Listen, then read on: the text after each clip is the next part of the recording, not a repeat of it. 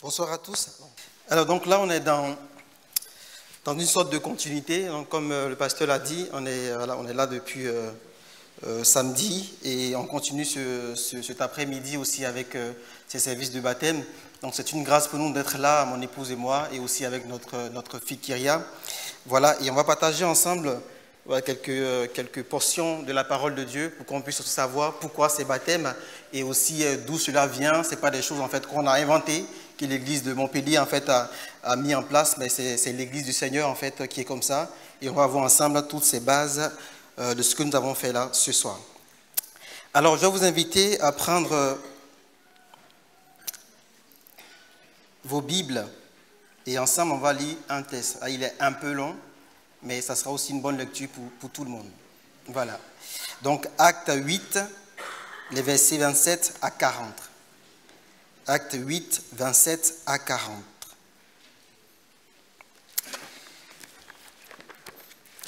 Donc, si c'est trouvé, on fait la lecture ensemble.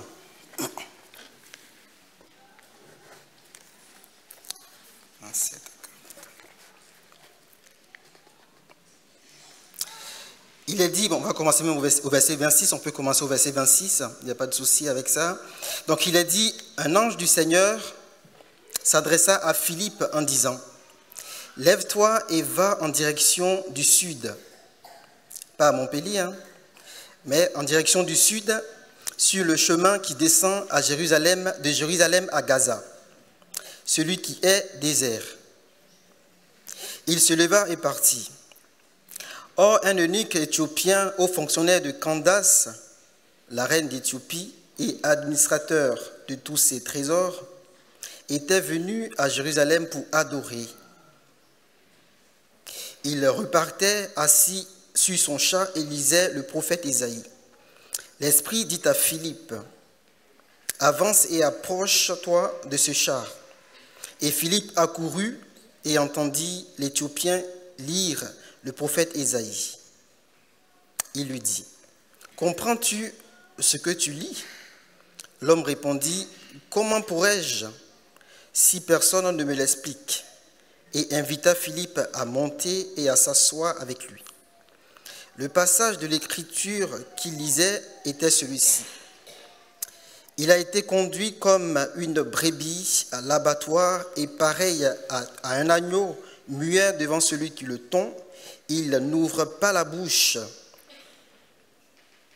Dans son humiliation, la justice lui a été refusée. Et sa génération, qui en parlera? En effet, sa vie a été supprimée de la terre. L'eunuque dit à Philippe, « Je t'en prie, à propos de qui le prophète dit-il cela? Est-ce à propos de lui-même ou de quelqu'un d'autre ?» Alors Philippe prit la parole.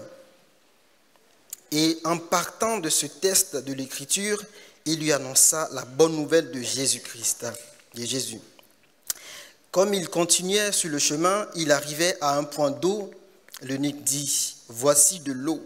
Qu'est-ce qui empêche que je sois baptisé ?» Et Philippe dit, « Si tu crois de tout ton cœur, cela est possible. » L'eunuque répondit, « Je crois que Jésus-Christ est le Fils de Dieu. » Il fit arrêter le char. Philippe et l'eunuque descendirent tous les deux dans l'eau et Philippe baptisa l'eunuque. Quand il fut sorti de l'eau, l'Esprit du Seigneur enleva Philippe et l'eunuque ne le vit plus. Il poursuivit, donc l'eunuque poursuivit sa route tout joyeux et Philippe se retrouva dans Azote puis il alla jusqu'à Césarée en évangélisant toutes les villes par lesquelles il passez. Amen. Seigneur, nous voulons te bénir, nous voulons te rendre toute la gloire et te dire encore merci pour cette grâce que tu nous fais tous ici d'être là, Seigneur, et assister, Seigneur, à tous ces baptêmes. Seigneur, quelle grâce pour nous, Seigneur, de voir toutes ces choses. Nous voulons te dire infiniment merci et merci aussi pour cette parole-là que tu veux aussi s'aimer dans le cœur de quelqu'un. Seigneur, prends le contrôle, prends toute la place et que toute la gloire te revienne, notre Père, au nom de Jésus-Christ. Amen. Donc là, selon le passage que nous venons de lire, il est dit ici que, et on voit clairement qu'il y a cette rencontre entre Philippe et l'eunuque éthiopien, ainsi que le baptême de ce dernier-là. Parce que on va voir que c'est une conséquence logique par rapport à cette rencontre et aussi après le baptême qui s'ensuit, et comme aussi on a entendu ces confessions de foi. Mais bien avant d'aller plus loin, vous voyez, on a vu tous ensemble donc ces ados et aussi ces jeunes qui, à un moment donné de leur vie, de leur histoire, on va dire leur petite vie par rapport à vous qui êtes, vous qui êtes assez grands et aussi majeurs. Donc là, ils vont dire en fait ce pourquoi ils vont passer ou ils sont passés par les eaux du baptême. Donc ils vont nous dire en fait ce qu'ils ont expérimenté avec Christ, pour dire en fait que personne n'a imposé quoi que ce soit à ces ados ou à ces jeunes. Donc là, ils ont fait cette rencontre, comme selon qu'on a lu. Donc il y a l'eunuque qui aussi va rencontrer à un moment donné le Seigneur, et ce qui va suivre, c'est logiquement le baptême d'eau. Le baptême d'eau, et c'est ce qu'on a lu ici ensemble. Donc premièrement, on va voir la guidance donc, du Saint-Esprit et l'annonce de l'Évangile. Donc quand on prend le verset 29 à 31 du passage que nous avons lu, donc Philippe va être conduit par l'Esprit afin de rencontrer l'eunuque. Donc rencontrer une personne qui a soif de Jésus, une personne qui veut connaître la parole, une personne qui lit des choses qu'elle ne comprend pas. Comme ce qu'on a entendu ici, il y a des personnes qui venaient à l'église sans savoir pourquoi est-ce qu'elles venaient. Donc, est-ce que c'est parce que les parents venaient à l'église? Est-ce que c'est parce qu'en venant à l'église, on a des amis qu'on rencontre, des personnes qu'on aime? Mais là, à un moment donné, il y a cette rencontre-là. Et après la rencontre, il faut faire un pas. Donc, ce pas-là, vous avez vu, ils sont passés par les eaux du baptême. Et donc, le baptême est précédé, aussi dans les témoignages qu'on a entendus, soit par une prédication, même par une louange, et aussi avec la rencontre avec d'autres personnes qui sont déjà dans le Seigneur, notamment des membres de famille qui discutent, qui prient. Et ce sont ces choses-là qui font qu'à un moment donné, on entend d'une manière ou d'une autre l'évangile de Jésus-Christ. Et pour certains ici, là, chaque fois qu'il y a des baptêmes aussi, peu importe la ville, moi je suis de Lyon-Ouest, et chaque fois qu'il y a des baptêmes, on reçoit des familles.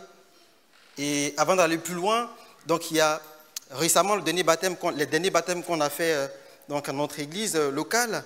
Donc il y a des familles, des baptisés qui étaient là, et il y en a deux. Il y a une par exemple il y avait une division dans sa famille, donc avec sa fille, ça faisait des années qu'elle n'avait plus jamais parlé avec sa fille, et c'était compliqué. Mais je vous dis que c'est par rapport au témoignage donc de la mère qui dit en fait l'œuvre que le Seigneur a fait donc pour elle dans sa vie, et là sa fille et ses enfants qui apprennent ça, en fait elles font dans l'âme, elles sont touchées, et à partir de ce moment-là, c'est cette réconciliation dans cette famille qui commence comme ça.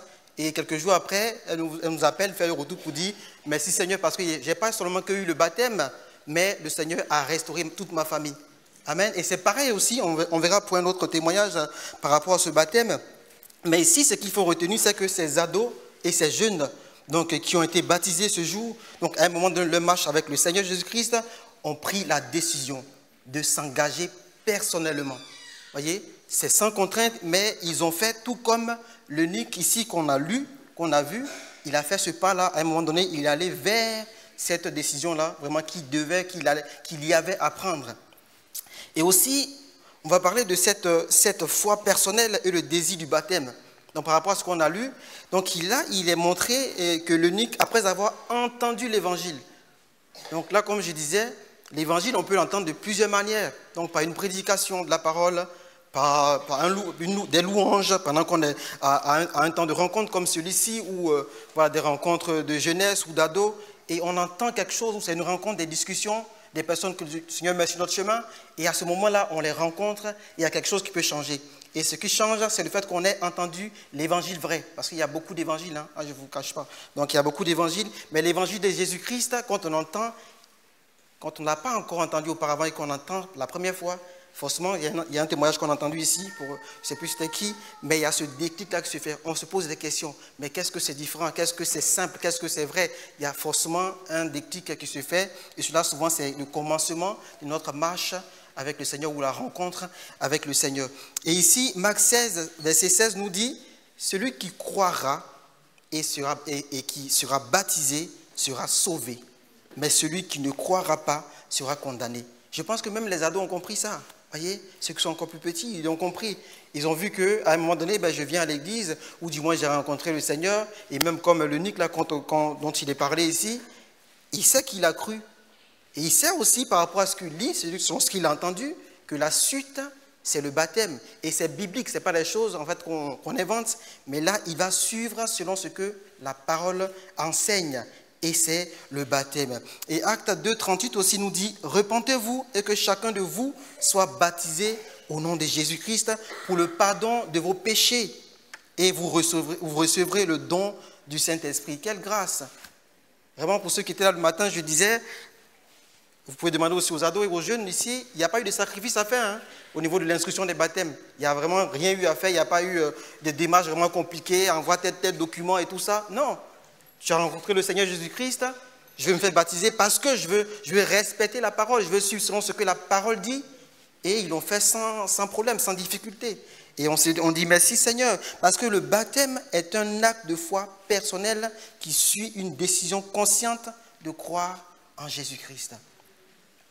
On a entendu, on croit et on fait ce pas pour dire Seigneur, je vais continuer. Et les ados et les jeunes ici, ce soir, ils ont démontré à tous ceux qui sont là et aussi à ceux-là qui nous suivent en ligne. Et donc le baptême aussi comme un acte de conversion et de nouveauté de vie. Et non seulement je m'appuie sur toujours le texte qu'on a lu, mais aussi sur le témoignage de nos bien-aimés qui sont passés ici il y a quelque temps. Et ils ont aussi témoigné par rapport à la nouveauté de vie. Vous avez entendu, vers la fin de leur témoignage, il y a eu toujours ce temps-là où ils ont dit, à un moment donné, le Seigneur, il a changé quelque chose. À un moment donné, après ce déclic, j'ai commencé à venir régulièrement, j'ai commencé à comprendre que cela venait de Jésus, de Dieu. Vous voyez, donc c'est ce changement-là qu'on va voir par rapport à cette continuité pour venir au baptême. Donc, là, au verset 36 à 38, il est dit, comme ils poursuivaient leur chemin, ils rencontraient de l'eau. C'est là que tout se passe, hein, dans de l'eau. La Bible dit, comme ils l'ont fait ici, dans de l'eau. Et il est dit, ils rencontraient de l'eau, et l'eunuque dit, voici de l'eau. Qu'est-ce qui empêche que je sois baptisé? Et Philippe va répondre, si tu crois de tout ton cœur, cela est possible. Et l'eunuque dit, je crois que Jésus-Christ est le Fils de Dieu. Vous voyez là, Philippe va confesser là. Il va montrer clairement que, selon ce qu'il a lu, donc là, maintenant, il y a de l'eau. Donc rien n'empêche, sans de l'eau, je peux me faire baptiser. Mais là, toutes les conditions sont réunies. C'est pourquoi, au niveau des instructions de baptême, avec les jeunes ou les ados ou autres personnes plus âgées, on va poser la question, sûrement. Est-ce que tu crois? Est-ce que tu crois que tu es sauvé? Même là aussi, je pense que les pasteurs ils l'ont dit. Est-ce que tu crois? Ils ont dit sur la confession de foi. Donc sur la base de ce que tu dis, sur la base de ce que toi, ta relation, ce que tu as compris avec Jésus-Christ, ce que tu as dit, nous on te baptise. Vous voyez? Et c'est ce que Philippe aussi a fait avec l'eunuque. Il a dit, je crois de tout mon cœur. Donc il croit. Donc Philippe là, il y a de l'eau, il y a le fait qu'il croit. Et donc rien n'empêchait maintenant qu'il soit baptisé parce que toutes les conditions étaient réunies. Mais quand on est dans l'église et qu'à un moment donné, toutes les conditions sont réunies, ça fait des moments que tu viens à l'église, que tu es là, on a de l'eau hein, qui est toujours là, ça ne bouge pas, c'est toujours là. Et à un moment donné, il faut dire, Seigneur, je vais faire ce pas de foi là. J'ai trop duré, j'ai compris des choses, je sais maintenant que c'est la voie à suivre. Et tu dis que celui qui croit et qui se fait baptiser sera sauvé. Mais que j'aille aussi jusqu'à la fin. Je ne vais pas m'arrêter en début de chemin parce que là, j'ai rencontré le Seigneur, je vois que tout est bien et je me contente de ça. Non, la Bible dit qu'on a cru et après, on se fait baptiser d'eau. Amen. Donc il faudra entendre ces choses et pour ceux qui n'ont pas encore fait, il faudra faire ce pas de foi là pour aller selon ce que dit l'Écriture. Et ici, donc après avoir entendu cet évangile, l'évangile de Jésus-Christ, l'eunuque va faire quoi? Il va exprimer son désir de se faire baptiser. Et les jeunes et ados ont aussi, à un moment donné, désiré. Donc, je parlais un peu avec l'un des pasteurs. Il me disait que ces jeunes et ados, ils sont venus d'eux-mêmes, ils ont désiré le baptême. Vous voyez? Donc, cela vient vraiment de celui qui va passer par les eaux du baptême. Et donc, le baptême comme symbole de purification aussi des péchés et de résurrection de la nouvelle vie en Jésus-Christ. Et cette identification avec la mort et la résurrection en Christ. Vous avez vu tout de suite là? Ce qui s'est passé, c'est qu'ils ont été plongés. Vous voyez? Ils ont été immergés dans l'eau et ils sont ressortis. Alléluia. Donc la Bible nous dit, on meurt en Christ et on ressuscite là en Christ. Donc ils sont morts au péché et ils sont ressuscités avec Christ. Et la Bible nous le dit. Donc vous tous qui avez été baptisés En Christ, vous avez revêtu Christ. Donc Galates 3, 27. Et aussi, dans cette continuité, Colossiens 2,12 nous dit « Enseveli avec lui », donc parlant de Christ, « Enseveli avec Christ par le baptême, vous êtes aussi ressuscités en lui et avec lui. » Amen. Donc là, on ressuscite avec Christ par le baptême dans l'eau. Donc tous ces candidats au baptême ce jour, donc tous ceux qui sont passés, donc ne sont plus candidats, ils sont maintenant baptisés. Hein, félicitations, je profite. Donc ils ont donné leur témoignage. Ils ont dit en fait tout ce dont ils ont eu à faire, cette démarche un peu comme l'eunuque. Hein. On a lu un peu avec l'eunuque, on voit un peu tout le parcours, la discussion qu'il a avec celui avec qui il va être, celui qui va le baptiser, donc Philippe. Et là, il y a ce travail-là qui se fait. Et tout de suite, on comprend que toutes les conditions sont là et rien n'a empêché ce qui a suivi justement ce baptême et aussi par rapport aussi à sa confession de foi, par rapport au fait qu'ils reconnaissent que Jésus-Christ soit le Fils de Dieu, donc celui par qui donc, il doit être baptisé. Et donc aussi, on va continuer avec le baptême d'eau comme un acte de purification et d'intégration dans la vie de l'Église. Vous allez voir. Hein. Donc au verset 38, Philippe qui baptise l'eunuque et tout de suite après à sa confession de foi. Et ce baptême va marquer son intégration dans le peuple de Dieu. Donc à partir de ce moment-là, l'eunuque, quand il rentre dans son pays, là où il partait, il fait partie maintenant de ceux qu'on appelle peuple de Dieu. Donc enfant de Dieu, fils et fille de Dieu. Et c'est comme ça aussi, c'est vrai que déjà même avant d'entrer dans les eaux du baptême, quand on a rencontré le Seigneur, la Bible nous dit qu'on devient enfant de Dieu, donc fils et fille de Dieu. Et on va continuer quand même avec le baptême puisque cela est recommandé et que cela est biblique. Mais là, ce qui est bien dans cette étape-là, c'est qu'on est maintenant prêt à servir dans presque tous les services de l'Église. Donc là, on se sent disponible pour intégrer officiellement, on va dire, donc le corps du Christ, la vie de l'Église, exercer, travailler, faire selon ce que Dieu nous aura mis à cœur par rapport à notre appel personnel. Donc quand je parle d'appel, je parle vraiment du service dans le Seigneur. C'est vraiment à ce moment-là que les portes s'ouvrent et Seigneur, fais-moi faire vraiment selon ce que toi tu as prévu. Et c'est à ce moment-là que tout peut commencer. Et Philippe, donc par rapport aussi justement à cette période-là qui s'écoule juste après le baptême et par rapport aussi au service qu'on va avoir dans l'église ou même pas seulement dans l'église. Hein, il y en a qui sont après le baptême, tout ça, il y a des portes qui s'ouvrent et Dieu les utilise. Hein. On a entendu dans un des témoignages ici, un frère a dit que je suis prêt, voilà, là où le Seigneur m'emmène. Donc on a dit gloire à Dieu, merci Seigneur. Et le Seigneur, il sait là où il conduit les hommes, donc les femmes et les hommes. Et selon ce que lui l'a prévu, rien n'est forcé et c'est vraiment lui qui conduit toutes choses. Et on va terminer avec ce dernier point. Voilà, par rapport au fait que le Saint-Esprit transforme les vies après le baptême. Là, à la toute fin des témoignages, nous avons tous entendu, hein, quand ils ont dit, voilà ce que je faisais. Après, ils ont dit, je ne vais pas rentrer dans les détails, heureusement, parce que souvent les détails sont très longs par rapport à tout ce qu'on a fait avant et ce que le Seigneur a transformé. Vraiment, c'est l'œuvre de l'Esprit de Dieu qui peut transformer ces vies-là. Je ne vais pas vous faire l'étalage de mon témoignage, mais là où le Seigneur m'a tiré, c'était vraiment compliqué parce que de ma propre force, j'avais essayé plusieurs fois, vraiment à plusieurs reprises, de changer de vie. Sans le Seigneur, mais je voulais changer, mais je n'ai pas pu. Plusieurs fois, j'ai tenté, j'ai changé d'être un homme correct, je n'avais pas pu, jusqu'à ce que je rencontre le Seigneur.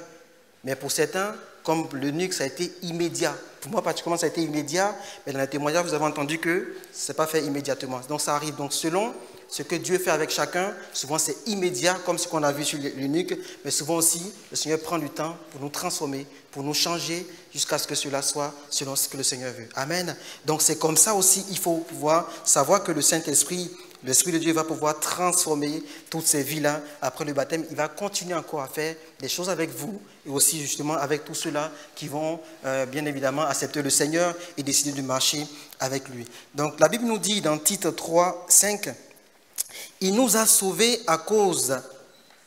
non à cause des œuvres de justice que nous aurions faites, mais selon sa miséricorde par le biais de la régénération et du renouvellement de l'esprit. Donc, pour vous dire que, effectivement, le baptême d'eau est suivi donc de la joie, du salut et du renouvellement que l'esprit vient faire. Vous avez vu tout à l'heure, quand certains sont sortis, moi j'ai prêté un peu attention, il y avait la joie qui se dessinait là, sur les visages et tout ça, parce que c'est l'Esprit de Dieu qui fait ça, on sort rayonnant. Ce n'est pas possible qu'on sorte vraiment comme si rien n'avait été changé, non, ce n'est pas possible, parce que l'œuvre de l'Esprit, ça change toujours, ça transforme toujours, ça bouleverse positivement les vies, et on dit gloire à Dieu. Et c'est biblique parce que l'eunuque là, quand on a lu, si vous avez bien suivi, à la fin, la Bible nous dit qu'il a continué son chemin avec comment? Avec joie. Donc il était joyeux, il était heureux, il était content d'avoir rencontré le Seigneur, d'avoir fait voilà, ce pas de foi là pour entrer, passer par les eaux du baptême, et la transformation pour lui, effectivement, c'était cette joie-là. Et donc là, on va conclure, donc la conclusion ici, pour dire que le baptême est un acte essentiel dans la vie du chrétien, et il représente cette déclaration publique de foi et de purification spirituelle, et aussi de nouvelle naissance en Christ. Et encore, bonne continuation à tous ces frères et ces sœurs qui ont été baptisés aujourd'hui et ont pris, je pense que je ne sais pas si ils ont dit ça dans le témoignage, je crois que quelqu'un l'avait dit sur la chair. Voilà, c'est en même temps c'est un commencement. Donc le Seigneur va continuer avec vous, il va vous épauler, il va vous aider. C'est vrai qu'il y a des hommes, il y a des femmes et des hommes qui sont là pour vous accompagner, mais c'est le Seigneur qui va vraiment, il faut vraiment s'appuyer sur lui. C'est lui qui va continuer à faire cette œuvre parfaite qu'il a commencé en vous, et il va vous conduire comme il a aussi permis à l'eunuque d'aller avec joie, voilà, travaillant aussi sûrement avec l'eunuque. Et donc, il n'y a pas à avoir peur de passer par les eaux du baptême, pas pour ceux qui sont déjà passés, mais pour ceux qui n'ont pas encore fait ce pas, ceux qui n'ont pas encore fait cette expérience ou qui ne connaissent pas encore ce que c'est que le baptême. Bon, si vous êtes là avec la prédication, vous avez compris, mais c'est qu'il n'y a rien. Vous avez vu qu'ils ont été plongés dans l'eau, ils sont ressortis, ils ne sont pas restés là. Donc il n'y a vraiment pas à avoir peur de dire qu'est-ce qui va se passer. C'est vrai que ça peut arriver, il y en a qui ont peur de l'eau, mais on prend toutes les dispositions pour que tout se passe bien et qu'on puisse respecter selon ce que la Bible nous demande de dire ou de faire. Et là aussi, pour terminer avec le dernier témoignage, j'avais dit qu'il y avait un deuxième témoignage, parmi les derniers baptisés qu'on a eu à Lyon-Ouest, c'est qu'il y a un jeune aussi, donc il était de la jeunesse avec qui on travaille, et je pense que vous pouvez demander à Kéché, vous dira, ce jeune, après le baptême, il y a eu vraiment ce bouleversement positif qui veut servir, qui a changé, qui arrive à se maîtriser, qui est vraiment... On se demande, mais tout le monde dans l'église a remarqué que ce jeune, quelle est cette transformation? Comment est-ce que... Mais on s'est dit, c'est l'Esprit de Dieu, c'est le Seigneur qui fait toutes ces choses, c'est lui seul qui est capable de pouvoir transformer une vie, et là où on se dit que c'est fini, c'est là que le Seigneur, parfois, il prend et il commence une vie avec les gens. Donc, on croit que le Seigneur aussi est capable de le faire avec ceux-là qui n'ont pas encore le Seigneur ce soir et qui entendent pour la première fois, ou ça fait maintenant plusieurs fois que vous entendez la parole, et que vous décidez aussi de pouvoir marcher avec lui comme l'exemple a été donné. C'est le moment aussi de ne pas endurcir les cœurs et de lui, Seigneur, je reçois ta parole, je vais faire ce pas de foi-là qui me pousse, qui vous pousse vers lui. Alors donc, revenons à ce témoignage, c'est que justement, le frère, il était venu avec sa famille, comme ce soir, plusieurs sont venus avec leur famille, et il était le seul, à part son oncle aussi, un peu comme une de baptisés. Donc, à part son oncle, tous les autres vraiment ne sont pas en Christ, donc ils n'ont pas le Seigneur, ils n'avaient pas le Seigneur, et ils vivaient très loin de Dieu. Mais selon ce que le Seigneur va faire, il va se servir de la séance, donc du service de baptême, et aussi par rapport à la prédication, ils vont comprendre certaines choses, et à partir de cet instant, donc ce jour, ils vont donner leur vie au Seigneur, et ils vont pleurer, et lorsque l'appel va être lancé, ils vont lever la main, et on va prier pour eux, et là c'est le début aussi de quelque chose qui change, et donc les enfants qui vont amener les parents au Seigneur. Je vous dis que souvent, ce n'est pas seulement toujours les parents qui envoient, mais souvent aussi les enfants peuvent envoyer donc leurs parents au Seigneur. Et je crois que ça peut être possible aussi ce soir pour celui qui a entendu, comme l'eunuque l'a dit, Philippe a dit, est-ce que tu crois? Il a dit, si tu crois de tout ton cœur, et l'eunuque a répondu qu'il croit que Jésus-Christ est le Fils de Dieu. C'est pourquoi on ne va pas vraiment endurcir nos cœurs pour ceux qui ne l'ont pas encore, et se dire, Seigneur ou Dieu, j'ai entendu ce soir pour la première fois ou plusieurs fois maintenant que j'entends, et ce soir je ne vais pas être dur vis-à-vis de moi-même, vis-à-vis de ma souffrance, vis-à-vis de ce que je peux vivre, parce que la souffrance, elle n'est pas que financière, il y a beaucoup de souffrance, on a vu la dépression, au niveau de la morale, au niveau de ce qu'on peut vivre, mais à ce moment-là on s'est dit, Seigneur, je sais que tu peux faire quelque chose aussi pour moi, et que par rapport à ce que je vis, par rapport à tout ce que je connais comme passé, toi tu es capable de pouvoir transformer ma vie, afin que je sois appelé aussi enfant de Dieu et que je puisse commencer aussi ce début de foi, de vie chrétienne aussi avec toi. Et je crois qu'il est capable de le faire parce que j'ai vu, j'ai entendu, il a transformé aussi des vies, des familles. Je crois qu'il peut faire aussi pour une personne qui est là, qui est venue en accompagnateur et aussi même des familles qui sont là. Je crois qu'il peut le faire parce que rien ne lui est impossible. C'est pourquoi on ne va pas, pendant qu'on finit, on ne va pas vous pointer du doigt, on ne va pas vous dire de vous lever, on ne va pas dire ces choses-là, on ne va pas vous appeler sur l'estrade, on ne fait pas ça. Ce qu'on va dire, donc pendant que, voilà, on termine, on va prier tout de suite pour la fin, mais on va demander à tous ceux qui sont là de pouvoir rester dans le recueillement. Donc là, on va s'incliner dans la prière. On va baisser les têtes pour permettre à des personnes ici qui sont venues juste pour accompagner ou du moins qui ont été juste invitées, mais qui ont entendu et qui ont vu qu'ils avaient toujours résisté et que cette fois-ci c'est fort et que le Seigneur veut qu'ils puissent prendre la décision aujourd'hui de marcher avec eux. Vous allez juste, pendant que les autres respectent l'intimité des uns et des autres, vous allez lever juste la main. Voilà, pas pour que moi je vous vois, mais c'est un signe d'engagement. C'est du Seigneur, me voici. Donc je ne parle pas de ceux qui étaient là le matin, qui ont décidé de marcher avec Jésus, ce n'est pas vous. Mais c'est plus ça pour ceux-là qui n'ont pas encore le Seigneur et qui décident maintenant, par rapport à ce que vous avez entendu, de pouvoir marcher avec lui. Donc levez juste la main pour dire Seigneur, me voici. Voilà, j'ai entendu, je vais marcher avec toi. Donc le Seigneur a vu ta main, une personne, la main s'est levée, c'est bon, tu peux baisser la main. Une autre personne? Une autre personne? Oui, c'est bon, tu peux baisser. Une autre personne? Amen, amen, il t'a vu. Alléluia.